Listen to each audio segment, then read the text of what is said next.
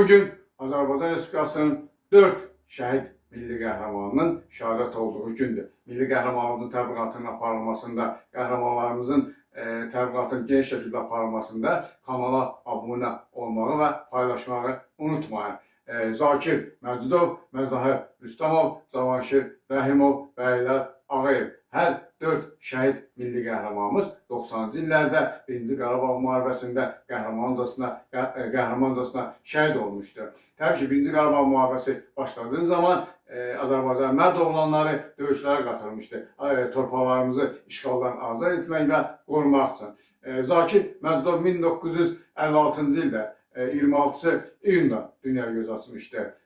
O Nizami rayonunda 70 nömrəli məktəbi bitirdikdən sonra həbsxanasında təhsilini davam etdirmişdi. 1-ci Qarabağ müharibəsi başladığı zaman isə döyüşlərə qatılmışdı. Bir çox uğurlu əməliyyatlarda iştirak edən qəhrəmanımız 1992-ci il 6 avqustda qəhrəmancasına şəhid olmuşdu. Məzahir Rüstəmov 1960-cı ildə 2 martda dünyaya göz açmışdı.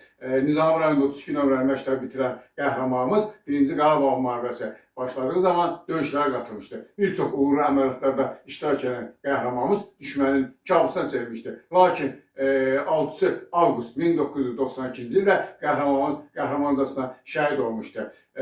Cavanşir Rəhimov, onu da qeyd edim ki, o zamanlar Azərbaycanın Rembosu kimi tanınırdı. Cavanşir Rəhimov 1973-cü ildə 5 iyulda dünyaya göz açmışdı.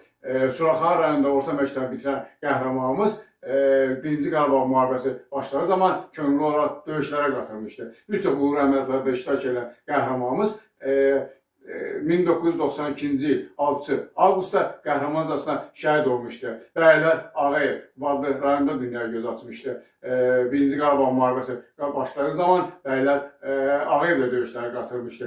3 fevral 1969-cu ildə dünyaya göz açan qəhrəmanımız hələ uşaq kimi qəhrəmanlıq vesiləsidir. Məhz bu qəhrəmanlıq da 1-ci Qarabağ müharibəsində öz büruzəsini göstərdi. Lakin 6 avqust 1992-ci ildə qəhrəmanımız qəhrəmancasına şəhid olmuşdu. Gəlin qəhrəmanlarımızı unutmayaq. Qəhrəmanlarımızın qəhrəmanları gələcək nəsillərə çatdıraq.